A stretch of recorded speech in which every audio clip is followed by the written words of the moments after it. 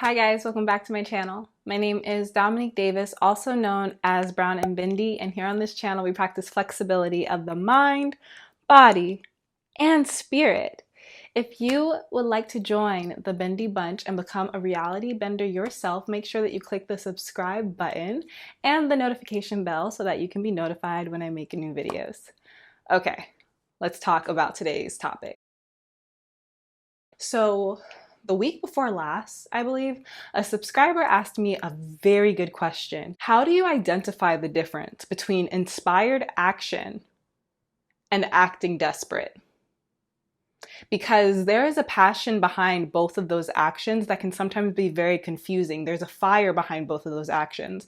So sometimes you don't know whether you're acting from a place of faith or a place of fear because the adrenaline is it's just kind of hard to tell the difference. So I want to give you guys a couple of tips and tricks that I use to help me know when I'm acting from a place of fear and when I'm acting from a place of faith. What is inspired action? I define inspired action as the action that is a result of a higher vibrational thought, and if you complete this action, you will raise your vibration. This action is usually out of one's comfort zone, and it's called inspired action because the thought, these are my opinions, the Brown and Bindi channel. So just know that. I believe it's called inspired action because when you get the idea to do said action, you feel passion, you feel excitement, you feel love. So I believe that's why it's called inspired action. So I'm going to use myself as an example for this video instead of some random hypothetical person. A few months ago, I'm gonna say in November, I was really burnt out. At that point, I had been making YouTube videos for 2 years, and a big portion of those 2 years, I was making 2 videos a week. And my channel was growing very moderately, but it was a lot of networking and it was a lot of work. And on top of doing YouTube, I was also in teacher training at this time, and I had graduated, and it was like this emotional this emotionally draining process. I'm not going to even lie about it. It was this emotionally draining process, and I was just tired. I was questioning everything, and I was just like, do I want to give up on Brown and Bindi, even though this brand, this idea of this brand and this platform gave me so much joy at that time. I was just so burnt out because I was putting so much energy into creating content and not getting much energy back. And any content creator knows that can be disheartening after doing it for so long. So I had the idea to start applying for jobs in my career field. And if you don't know, I am right now a content creation consultant as well as a brand strategist. And I started to look for jobs in the corporate realm of that. And while doing this, I had the thought, maybe I will put the brakes on Brown and Bindi. Maybe I'll just stop. So this is a very important place to observe.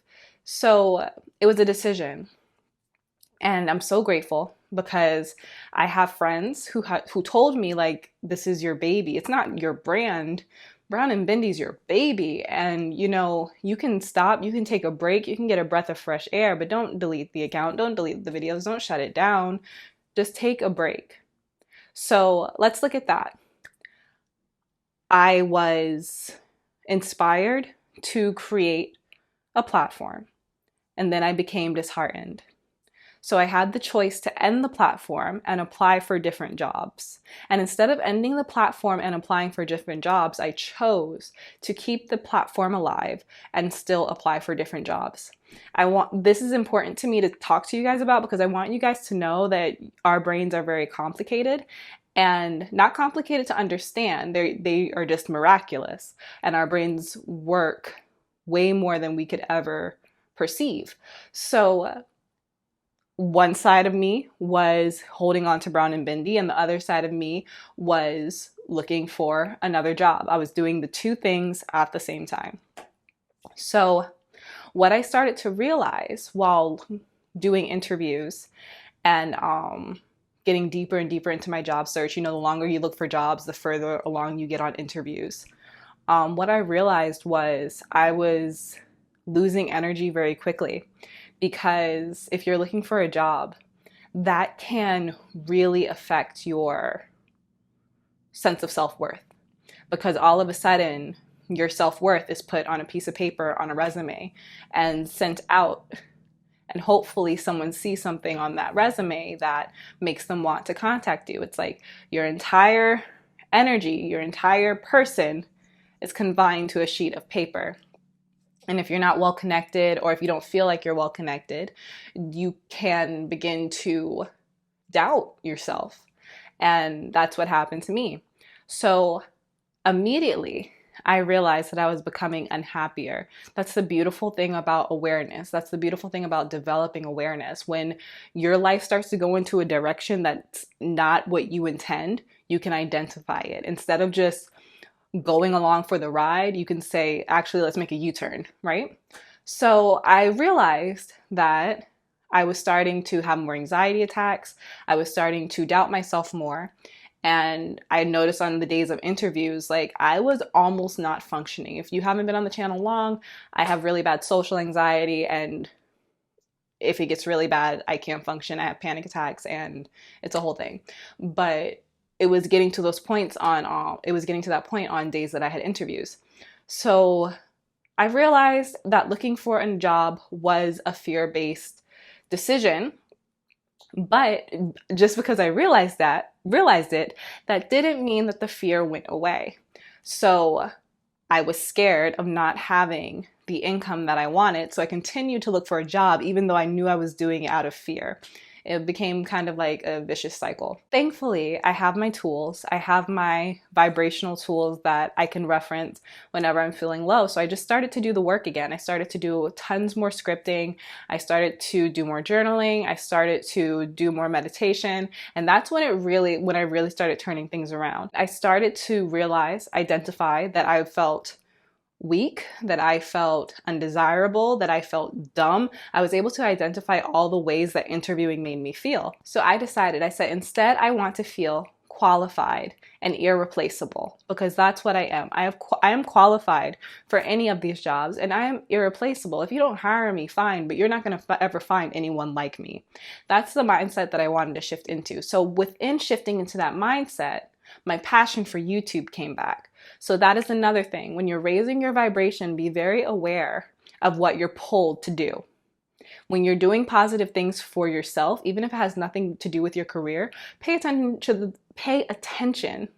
to the thoughts that you are having about your career. I was being pulled back to YouTube, and I was so overwhelmed because I was applying for these jobs. I was getting everything together for interviews and for my portfolio and all this stuff. So I didn't feel like I had a lot of time. So a fear-based decision would have been just give up, continue applying for jobs.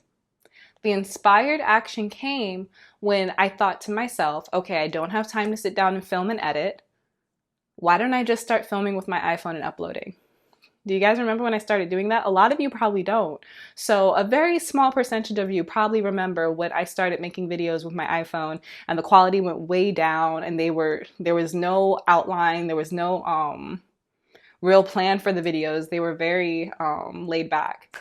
And those videos actually started getting more views than my regular videos. I'm not sure why, because all of the new people like my more polished videos. So that's why I went back to making them like this. But something about the laid back videos my audience liked back then, and that, I believe, triggered the algorithm to give me this success here in May, because now my videos were consistently getting 100 to 300 views over and over and over again, as opposed to every once in a while. And I think that's what bought you guys the Change Your Life in 10 Minutes video. YouTube pushed it out. So inspired action was me deciding to just do what I can and make videos on my phone and put them out into my audience. I finally had an interview for a company that aligned with me, aligned with my beliefs, aligned with what I believed in, and I would have been really happy doing what the job was for. And it was the first job that I could say that for. I was applying for all these jobs and I didn't really like them and I didn't really want to do them. It was all fear, but I just thought I would be able to find some silver lining if I could just get a job. That's where I was coming from. But this last job, I was like, wow, I could really see this. I'm made for this. So I had 2 interviews, wasn't nervous, wasn't scared. They were a breeze. And then COVID happened and my last interview was canceled. So when that happened, because of the self-work that I had been doing, I was fine. I was just like, honestly, bigger things are happening than this little job interview. But because I had been operating off of inspired action and making these videos on YouTube, starting to go live more, starting to do meditations more, I became more confident. And so I started to do meditations. And I truly believe that doing meditation vibrationally attracted the success to me. I believe that doing meditation on my lives, doing meditation on those little iPhone videos with the horrible sound quality, I really believe that that is what led to me vibrationally attracting all of you amazing people. It was a very gradual climb from being in a place of YouTube's not working, I need to give up on this and look for a job, to I don't need a job, I'm happy just making iPhone videos and meditating with strangers. It was a very gradual walk to that destination, I'll put it that way. And what I will also say is that I felt my way there. I felt my way there vibrationally. I was constantly trying to lean into what felt better. Because I was in such a fearful mindset, nothing felt good. I'm going to be honest. Nothing felt good. It wasn't like, oh, this feels horrible, so I'm not going to make this decision because this decision will obviously make me the happiest person ever. No, it was literally like, this sucks, but this sucks less. You know, like really just trusting my awareness, looking at my perception and figuring out when I woke up in the morning, what am I going to do today for myself? And because I was in that place of fear, I couldn't see clearly enough to say, I don't need to do this other stuff at all. I should just focus on YouTube. But I want to let you guys know that even still when you're in a dark place, even still when you're in a place of fear, you can still feel your way to what feels a little bit better than what the toxic decision would be. And eventually you get out of the toxic mindset, but you gotta pull yourself up by making the better feeling choice. The better feeling choice might not feel great, but it will feel better emotionally and spiritually than the alternative. So inspired action is the action you take as a result of you attempting to raise your vibration. It is usually out of your comfort zone, and it's usually not the first thing that you would decide to do. Deciding to give up on YouTube and look for a job, that thought came so easy. It was the first thought that came to mind. Just stop doing YouTube, just stop putting yourself out there and just get a job because it's what everyone else does. That was easy to think of, but it didn't feel good. So the choice that feels good might not be what you think of first. When trying to figure out the difference between inspired action and a fear-based action, acting out of desperation, the number one question you have to ask yourself is, are you standing in your power? Are you standing in your power? And that was my turning point. In that whole long story I just told you guys, the turning point was when I took my power back and I changed the narrative on how I wanted to be perceived and how I was choosing to perceive myself as irreplaceable and qualified. And lastly, when trying to figure out if a decision is inspired action or whether it is an act of desperation, evaluate whether you're excited and also a little scared. That's the most accurate way I can describe when I take an action that ultimately catapults me to my next level. When I'm making the action, I feel excited, but also like, okay, this is all you, God, because I don't know what's about to happen. It's all you, God. I'm excited, but I'm also like, me and Faith are besties, you know? So yeah. Inspired action will change your whole life. Because when you learn to start taking inspired action, you start to recognize when your brain's having these ideas and you've never thought this way before. And so you start to lean into it. And then it's a never ending road to elevation, honestly.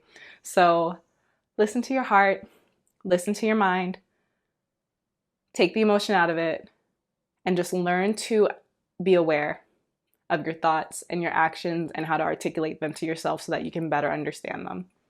Okay, I could talk about this forever. I'm really trying to wrap it up. I love you guys so much. I hope this video was helpful. If you did like it, give it a thumbs up so other people on the tube of you, I'm so corny, know that it's valuable. If you would like me to expand on anything that I've talked about in this video, let me know down below in the comment box and I will be happy to.